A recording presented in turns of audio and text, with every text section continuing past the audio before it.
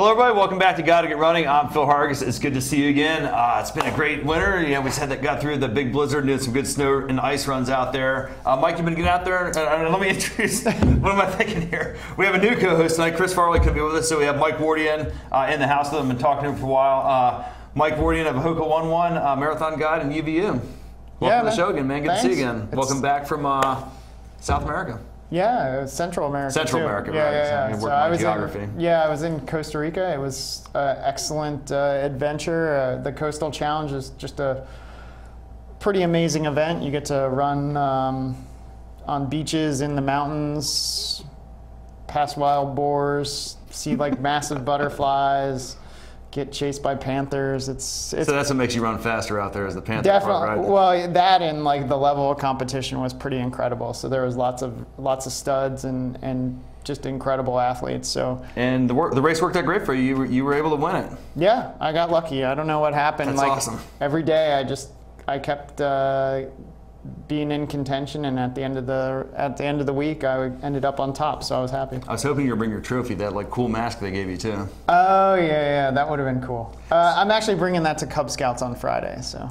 So you are? Yeah. I hope they're not too scared by that. I don't know. I haven't showed them yet. But so you were doing some international racing recently. You brought up this really cool race that we don't really do a lot of international shows. In fact, I don't think we have before.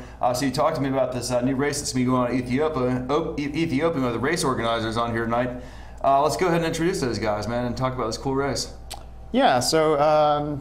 The race is the Ethiopian Marathon, half marathon, 5K fun run, and it's to benefit Race4Ever, which is going to help donate funds to underprivileged and underserved people in Ethiopia. So each year there's going to be a different organization, or it could be the same organization, that's going to receive 100% of the proceeds of the race. So it's pretty cool. So the founder of the race is Barakat. And then we have Jeff, who's the race director, and I'm just the humble guy on the side that helps these guys with some things, and I'm just really privileged to be a part of it, and I'm excited to be traveling to Ethiopia to help some kids that need it. Well, it sounds like a really awesome race for a really great cause. So how'd you guys get connected, and tell us about your backgrounds and how this whole thing really gained momentum and you're getting around to doing that this year? Great. Well, the starter really is about the organization. The race is going to be a fantastic event, but the key to this, we say it's a different kind of race because it really benefits a unique organization, and it's set up to be a unique kind of a foundation, really. There are a lot of very needy kids in Ethiopia, and Barakat Waldu, the founder, got connected with one organization out there, Hiwat it's called, and you can find it on our website at race4ever.org. And this was founded by a woman, Sister Tibebe, who works with Ethiopian children who are HIV positive or have been orphaned by HIV. And she works with now some 15,000 kids in the greatest Addis Ababa area, helping them with all different kind of services from toddlers all the way on up. And it's a really wonderful story about how she's changed so many lives. And when Barakat traveled out there and met with her, found out about what she did, he was really touched by it, and decided he wanted to do something about it. So I can let you tell a bit more about that story. Yeah, sure. If I have to just give you a bit of background on how this whole thing started. I work for Colonial Parking. I'm the senior vice president, and in the past 20 years, we've been supporting different kind of organizations through the company. And one of the people that we supported was Sister Tibebe, and she headed this foundation in children. Yeah.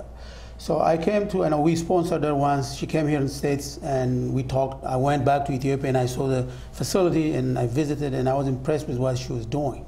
And she was doing all this out-of-pocket expense. No one is really helping her. So we figured, we tried to help her both through my company and personally. And I figured this is not going to go anywhere. We need a larger audience to support her. So we thought about what to do in order to bring this to public. And then we came up with the idea of how about Ethiopia is known, among other things, some good, some bad, but the marathon is actually good. Yeah. So we said, why don't we just publicize the marathon and simultaneously promote the idea of supporting kids and take it from there. I came talk to a friend of mine in Washington Nationals, Gregory Carter, who is the Vice President of Government Affairs. And while talking, he said, hey, why don't you talk to Jeff? Jeff Horowitz will be your guy. And I called Jeff, we met, and we took it from there. And we traveled to Ethiopia actually together 2 months ago or 3 months ago. And we actually went to the site. Jeff visited the site. And one of the stories I want to tell you while we were there, Sister Tebe was explaining the situation, and Jeff asked me, he was so touched. He asked me, how much money do I need at the airport? And I said, well, you need $200. So he took out of his wallet $200, and he gave everything else to them. And that's how touchy this stuff is when you go in, and it's very impressive, you know. We admire Jeff for doing that, and not too many people would be doing that kind of gesture. But that's how we started, and we're hoping this marathon would be popular nationwide and across the world. This is the first one, and by design, and I want it to be really a low baby step first show. We don't want to really make it so big and we lose control. So we want it to be a smaller audience. The target is about 100 runners, and see how we do, and then come up next year and make it probably bigger and wider. And that's how we come from. So you'll be able to raise some funds. You're going to have company sponsorships, or runners going to raise money? Yes, we actually have so many sponsorship as of today. We have like about 12 major companies here in Washington area. And there are some individuals as well who do well here and in Ethiopia, who are committed to support for this cause. So, and again, we didn't really reach, we didn't branch out too far in really getting exposed. Thankfully, here at least is one of the things we're doing. But you know, the idea is in the next year and the following year, next year this time, we'll have a lot of stories to tell, a lot of pictures to show, a lot of happy people to present, and that's what we are doing. But we are for this. I'm very encouraged by what we have done so far for the first show. Really, we have good supporters, good sponsors, and we're hoping we probably reach our target to raise what we were hoping to raise. And with the race, we don't have any fundraising requirement of the participants. Okay. You know, I know that a lot of people support a lot of great causes out there. I know that there's some giving fatigue as well. What we want to do was expose people to the culture, to the children, to the cause, give them a great experience, bring them to Ethiopia, which, you know, many Americans don't really have a concept about. I didn't, you know, like many people, I thought, well, famine, you know, UN rice rations, and that's the end of the story. And it's, I couldn't be more wrong. It's a very deep, rich culture. It's a very giving, open people that you meet there, and the kids are just wonderful. And so we want to provide exposure to all that. So a portion of the participants' cost of going will go towards, you know, the beneficiary, as well as money from the sponsorship above the expenses. So all the proceeds will go. But we didn't want to burden any of the participants with having a particular fundraising goal. Just join us, enjoy the event, meet the kids, find out what it's all about. We could have really raised the fund here in the States. I could have done that, and my fellow friends could have done that, raise the money here and give it to them. But we want to make this more than, you know, an immediate money raising, fundraising business. As he mentioned, as Jeff mentioned, Ethiopia is a very, very, you know, rich background, good people, I mean, very hospitable, and the world needs to see that, and this is one way of showing the world. You know, it's not what, you know, every nation has its own problems. Ethiopia has, yeah, you mentioned the drought, that was a problem. But, you know, things are getting much, much better now, and we're hoping by presenting this to the outside world, people will just get the side of the story that they haven't heard or seen, and we're hoping to accomplish that. And I know a lot of runners are looking for like a destination race to go do. So this gives this takes it to like a whole nother level, which I think is really cool.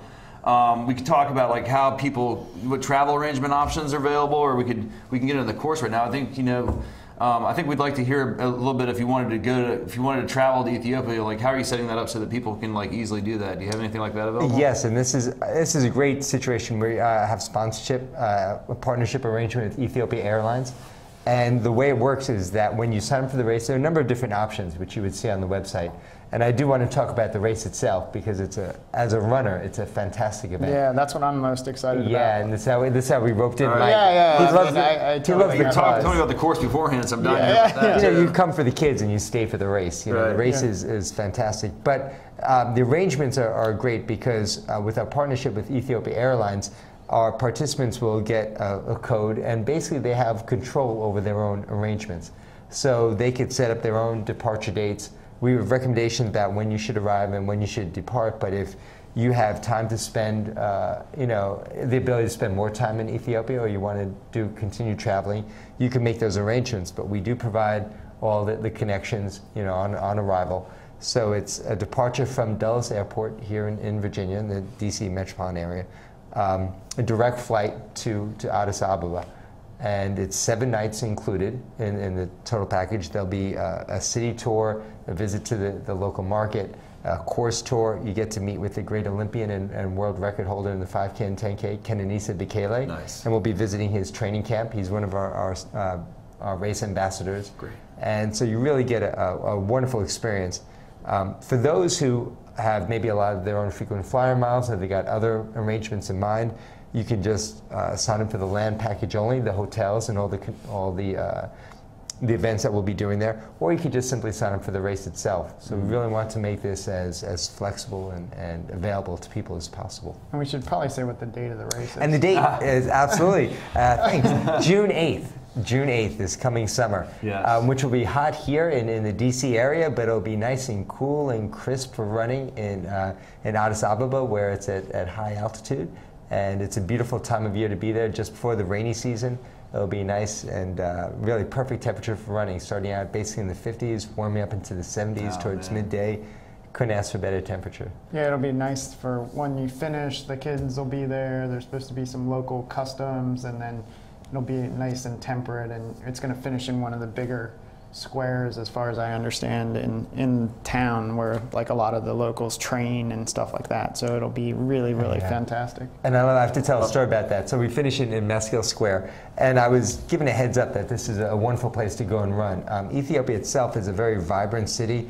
It's an international city. The African Union is there, a lot of UN offices. There's a lot of construction going on. There's a lot changing, and it's not necessarily runner friendly. They don't have a lot of dedicated training paths. It's not that kind of city. So what people do is they go to this square, and it's a big open square where a lot of people practice playing soccer, and it's surrounded by half an amphitheater, just rows and rows of stone stairs basically, and people come there to train by the hundreds. And so I had to come see this, of course. So early one morning I start running down towards it. I'm a couple of miles away at the hotel we're staying at. And at a red light, I just end up standing next to another guy who seemed to be on his way over there, a runner, clearly. And we just started running together, fell in together. Not a word, but before you knew it, we were running together. And we got there and we did a whole workout together. It's going back and forth all the way up and all the way down. Each row is 3 miles. So people do that, and they run the stairs, and we do it together, doing high fives the whole way as we crisscross. And I had an old beat-up pair of Oakley sunglasses that I didn't really expect to come home with. And I thought, well, this is nice, let me give it to him. And it was funny, I gave it to him at one point, and then I continued the workout, and at the end he went to give it back to me. He thought I wanted him to hold it for me. No, friendship. It's for you. Did you give away everything out there, Ray? It sounds like everything. I came back with nothing. Did you tell me about the races? Are you going to run your race now? Yeah, we didn't get quite that far, but it's very locally well known. It's a historic spot to finish a race. It's a beautiful open area, and it's a perfect way to finish this race because it's a beautiful course. The key thing that Bearcat and I had in mind when we went out there is that we wanted this to be, as our logo is, a different kind of race. And we wanted you to feel when you were there that you were in Africa and nowhere else. We didn't want you to run past it like in so many races here in the US. And I love so many races, but there are portions of it you think, I could be in any city. There's a Starbucks, and there's a whatever. Tall building. Yeah. So this one, we want to be very unique. So we start north of Addis Ababa in a small town called Chancho, which is out in the middle of this farmland, surrounded by the Entoto Mountains. So you have this beautiful bucolic kind of scene, and you just itch to run if you're a runner. It just looks beautiful, and you just have this one road leading back into town. But it starts at 8,000 feet, which is a challenge, and it's unique, and it climbs. So you climb to 9,300 feet, which is the highest point of the course, okay, at mile 18. And we've had some discussion on that, and we've been doing some research. If it's not the highest altitude road race in the world, it's certainly among the very few. So for those who want to experience something different, have a claim to fame doing one of the highest road races in the world, this is it. But mile 18, you've climbed, you're in this national park, and all of a sudden you have this beautiful panoramic view of downtown Addis laid out before you. And then the last 8 miles, it's almost entirely downhill.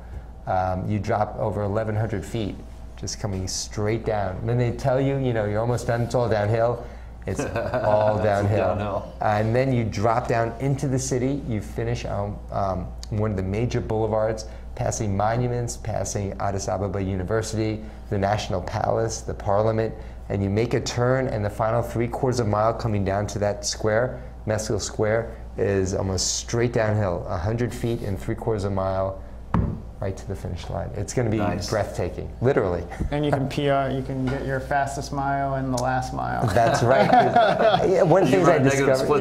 That's right. And going out there, I had to run portions of the course, and you realize, even though there's altitude and there's some uphill, downhill anywhere is downhill. Yeah. And you climb to the top, and then you start coming downhill. But it's so beautiful.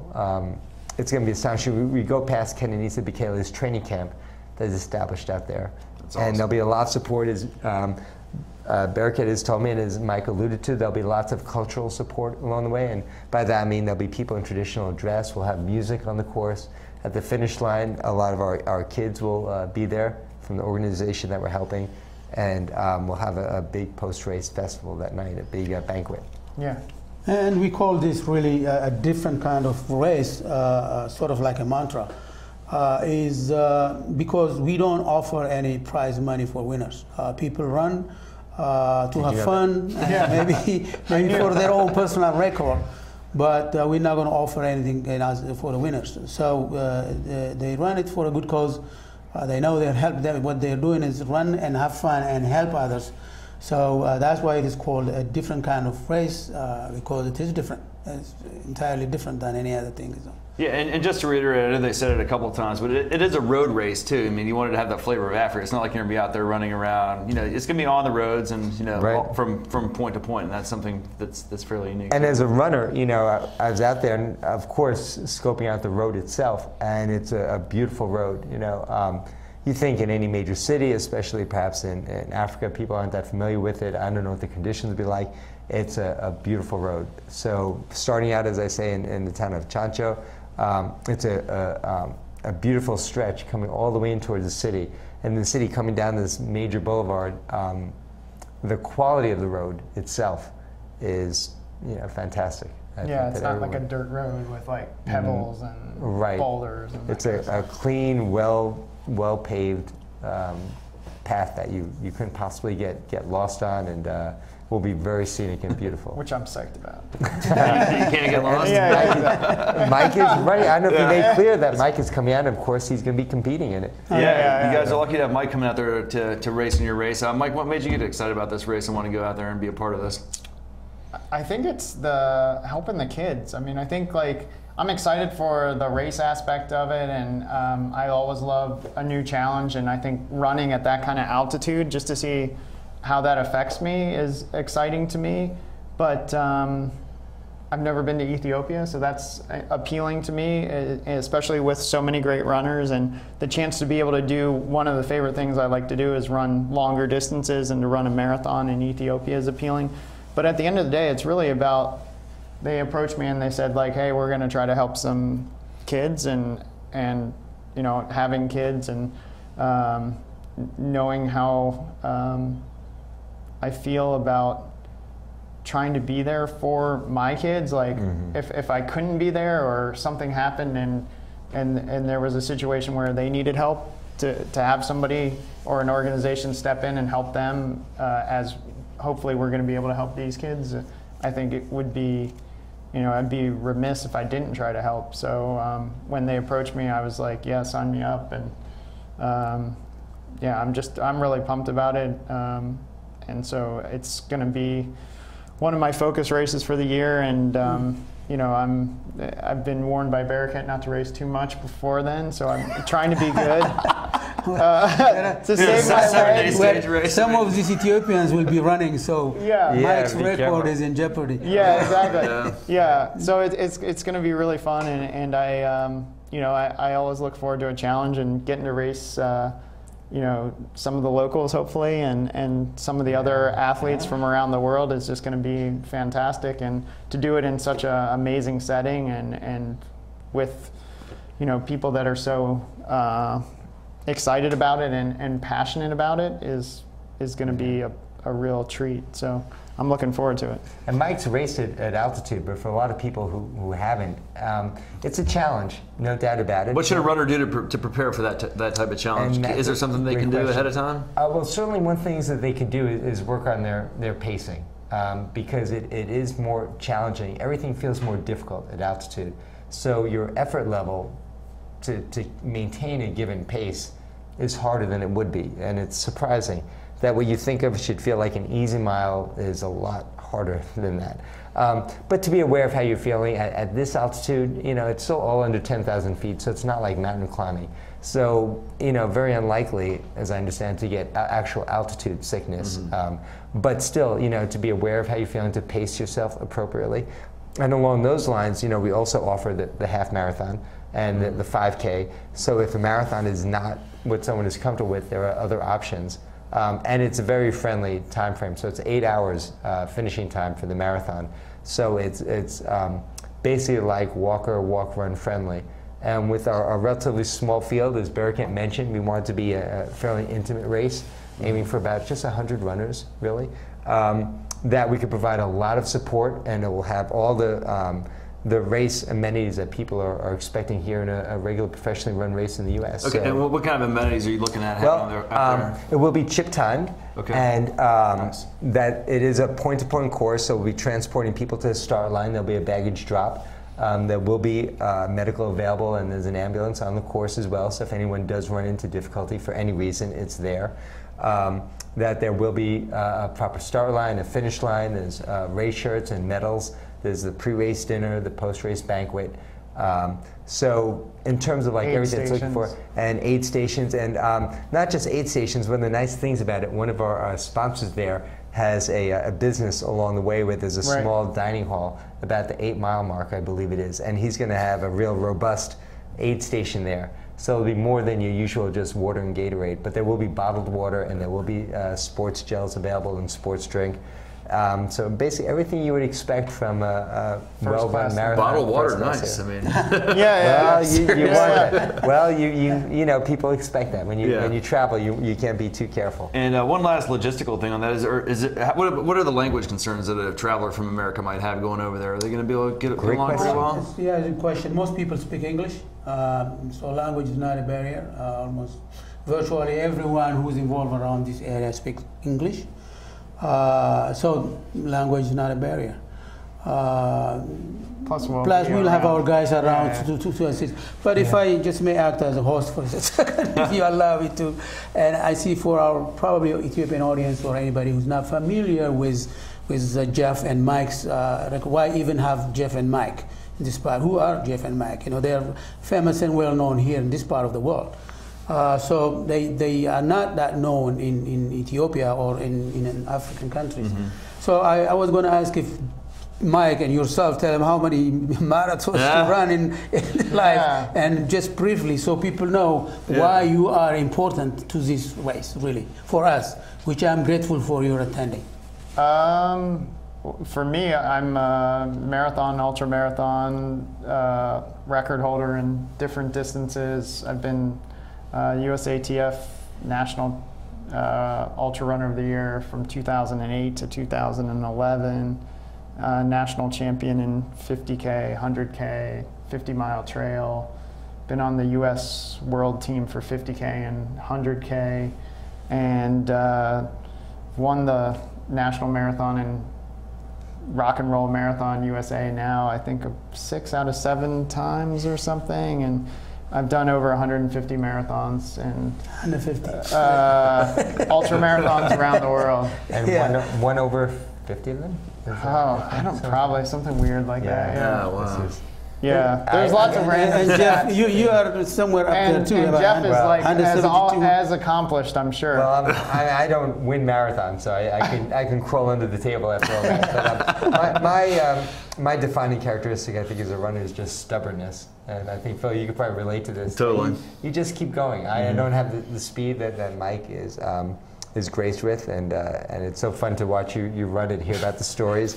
But I've been lucky enough to be able to travel around the world. I've done over 170 marathons and ultras, at least one in every state in the U.S. and on 6 continents, including Antarctica and in Africa already, and in Asia as well. And seen so many things and experienced so many situations. Got to meet a lot of people and share stories, and this is a story that I want to be a part of. This is something that really touched me. I cannot say, as far as me, I didn't walk a marathon, let alone run it. So for all those who are wondering what Barakat is doing in marathon business, just organizing it and probably watch people run. Right, and I'm sure. Well, and you're passionate about it too. I mean, that's what's cool about it. You're into it. Yeah. Yeah, he's. But our goal is to get Barakat to be able happen. to do the 5K and to get Phil maybe to come join us as well. Yeah, dude, we're putting cranking the strings on that. Yeah. We like to put pressure on this show for like people that do running accomplishments. So maybe you'll see me out there too.